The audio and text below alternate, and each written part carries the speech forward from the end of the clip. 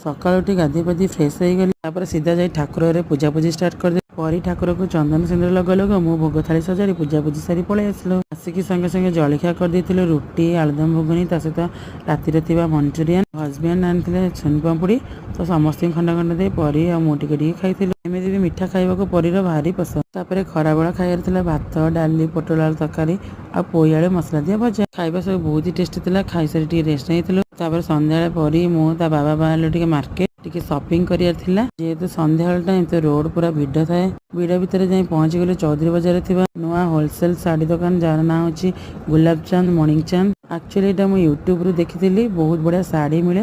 निजे भी जाई देखिली बहुत सुंदर सुंदर साड़ी थिला। तो मो पई गोटे साड़ी नै पळे आसली।